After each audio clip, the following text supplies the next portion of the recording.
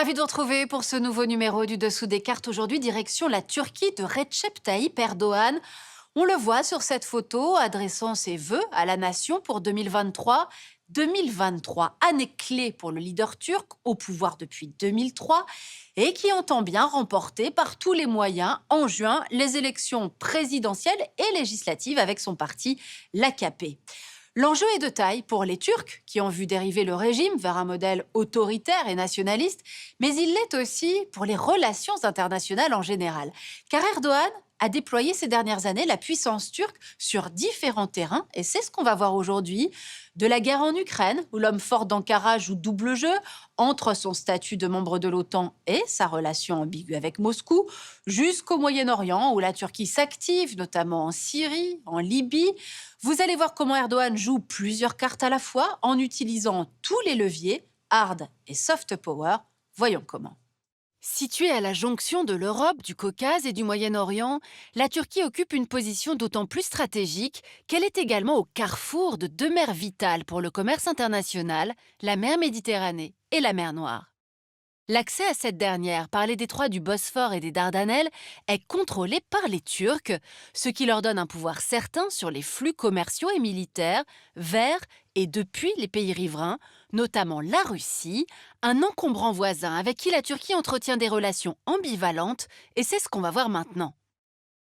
1945, la menace d'une remise en cause par Staline du contrôle de la mer Noire par les Turcs va pousser Ankara à se rapprocher du bloc occidental et à intégrer l'OTAN dès 1952.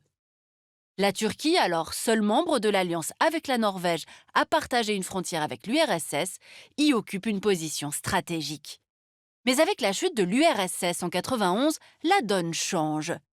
Les républiques baltes et les anciens alliés européens de Moscou vont progressivement intégrer l'Union européenne, tandis que malgré la signature d'une union douanière en 1995, la demande d'adhésion de la Turquie n'aboutit pas. Dans un premier temps, principalement à cause de la question chypriote, puis après 2016, en raison du durcissement du régime d'Erdoğan, suite à la tentative de coup d'État dont il a fait l'objet. Cet échec de l'intégration de la Turquie dans l'Union européenne va accélérer le rapprochement d'Ankara et de Moscou. Un rapprochement entre les deux pays qui avait démarré dès le début des années 90. Voyons comment. La toute jeune fédération de Russie, qui naît sur les décombres de l'URSS, va chercher à sécuriser son accès à la mer Noire, vitale pour son économie et sa défense, en renouant des liens avec la Turquie. 1992, Russes et Turcs créent l'Organisation économique de la mer Noire, vecteur d'une partie importante des échanges économiques russo-turcs, qui se traduit notamment par la construction des gazoducs Blue Stream, opérationnels depuis 2005, et Turk Stream depuis 2020. La violation ou l'annexion par Moscou de territoires appartenant à d'anciennes républiques soviétiques, en 2008 en Géorgie, puis en 2014 en Ukraine avec la Crimée, puis sur tout le territoire ukrainien à partir de 2022, vont par ricochet accroître la dimension stratégique de la mer Noire et conforter le rôle clé qui joue la Turquie. De quoi donner toujours plus de centralité à la Turquie de Recep Tayyip Erdoğan, qui va s'enorgueillir en 2022 d'être à l'origine de la signature du premier accord depuis le début du conflit russo-ukrainien, permettant la reprise des exportations de céréales via un corridor sécurisé en mer Noire. Si la mer Noire est un atout dans le jeu d'Erdoğan, elle n'est pas son seul terrain de jeu. Le Moyen-Orient est désormais une région où la Turquie est omniprésente, et c'est ce qu'on va voir maintenant. La guerre civile qui fait rage en Syrie depuis 2011 va permettre à Erdoğan de donner libre cours à ses ambitions néo-ottomanes et de pratiquer un double jeu diplomatique entre ses alliés au sein de l'OTAN et son belliqueux voisin russe. L'appui des Russes à Bachar el-Assad et la violation par leur aviation de l'espace aérien turc en 2015 donnent l'occasion à Erdoğan d'entrer ouvertement dans le conflit. Mais plutôt que de soutenir ses alliés américains présents en Syrie aux côtés des forces démocratiques syriennes, il obtient de Moscou la possibilité d'intervenir militairement dans le nord de la Syrie afin d'y contenir la formation d'une région kurde autonome alliée au PKK.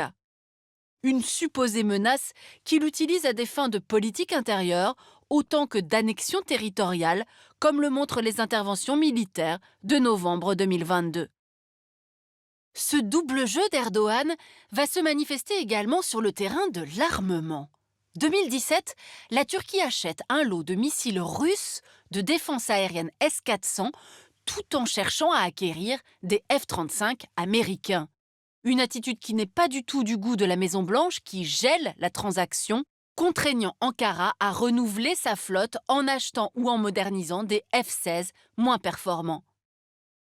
Parallèlement, Erdogan s'oppose indirectement à Poutine en fournissant à l'Ukraine des drones de combat Bayraktar TB2, grâce auxquels l'armée de Zelensky réussit certaines de ses avancées les plus décisives. Russes et Occidentaux sont aussi perdants l'un que l'autre dans ce double, voire ce triple jeu d'Erdogan. Ces mêmes drones, Bayraktar TB2, sont devenus un élément clé de la diplomatie turque. Une vingtaine de pays à ce jour en ont fait l'acquisition, bien au-delà de l'environnement régional de la Turquie. Une véritable diplomatie du drone qui s'accompagne d'autres ventes d'armes et s'articule à un ensemble de partenariats relevant d'un soft power plus discret.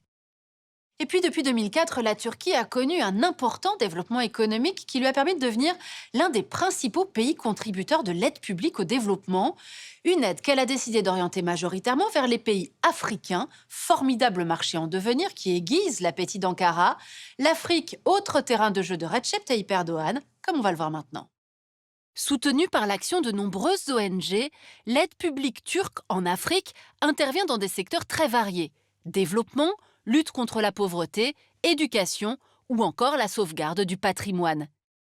Cette implication turque dans le développement économique s'accompagne d'une diffusion massive de séries télévisées, dont la Turquie est désormais l'un des plus gros exportateurs au monde.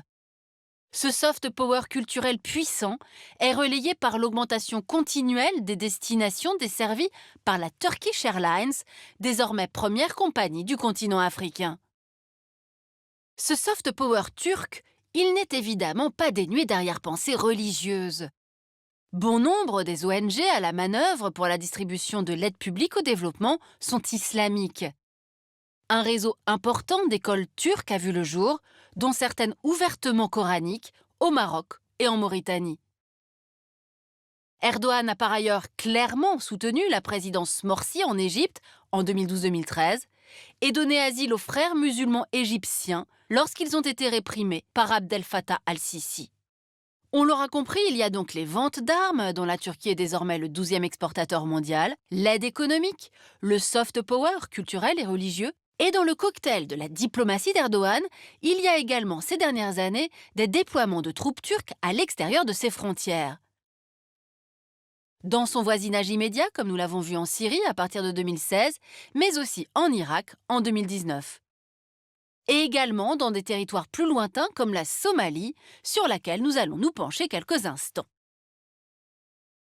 Erdogan y a implanté une base militaire en 2017, accueillant 2000 soldats turcs chargés de former une armée capable de résister aux djihadistes du mouvement Al-Shabaab, et par voie de conséquence, de protéger les intérêts économiques turcs sur place, les exportations d'Ankara étant passées de 5 millions de dollars en 2010 à 355 millions de dollars en 2021. Une activité prospère que la Turquie entend bien continuer à développer dans ce pays ruiné par des années de guerre civile, où tout est à faire et qui possède en outre des richesses en minerais et en pétrole encore largement sous-exploitées. 2020, c'est en Libye qu'Ankara déploie ses troupes et ses drones aux côtés du gouvernement de Tripoli contre le général Haftar, soutenu lui par l'Égypte et la Russie.